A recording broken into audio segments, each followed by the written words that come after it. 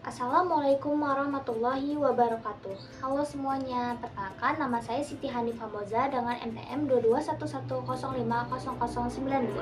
Di sini saya akan menjelaskan materi tentang bangun ruang, volume, tabung, dan media pembelajarannya. Selamat menyaksikan. Langsung saja kita memasuki materi pembelajaran. Di sini kita akan mempelajari bangun ruang, volume, tabung. Apa sih tabung itu?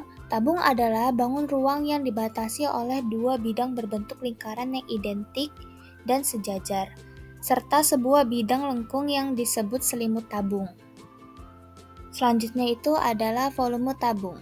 Volume tabung adalah ukuran ruang 3 dimensi yang ditempati oleh sebuah tabung.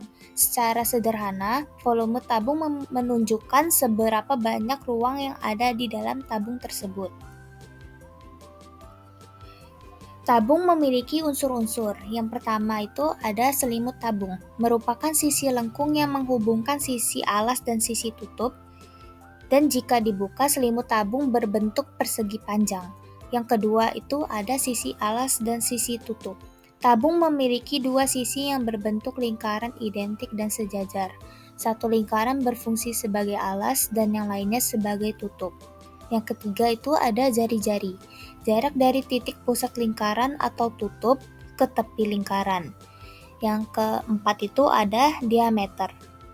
Diameter adalah garis lurus yang menghubungkan dua titik pada keliling lingkaran dan melewati titik pusat lingkaran. Diameter satu memiliki panjang 2 kali dari panjang jari-jari. Yang kelima itu ada tinggi. Jarak tegak lurus antara alas dan tutup tabung.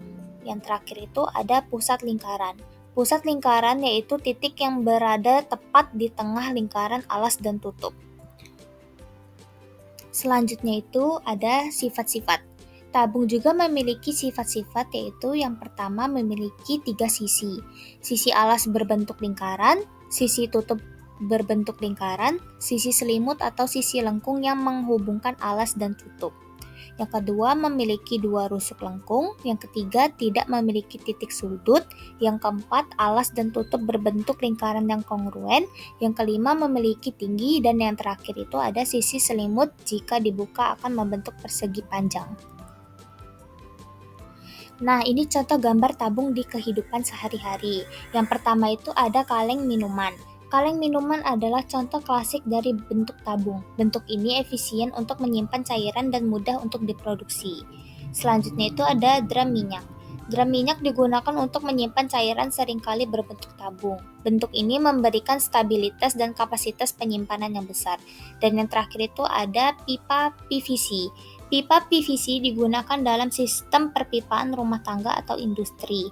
Bentuk ini memungkinkan aliran cairan atau gas melalui pipa dengan efisien. Mungkin ini saja materi yang bisa saya sampaikan. Selanjutnya kita lanjutkan ke media pembelajaran. Ini adalah jaring-jaring tabung.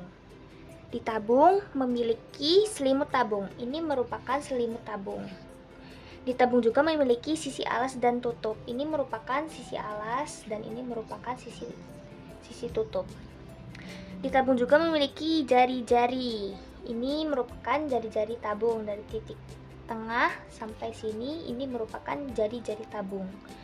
Di tabung juga memiliki diameter. Diameternya itu ini dari sini. Setengah lingkaran ini dari garis ini adalah diameter tabung.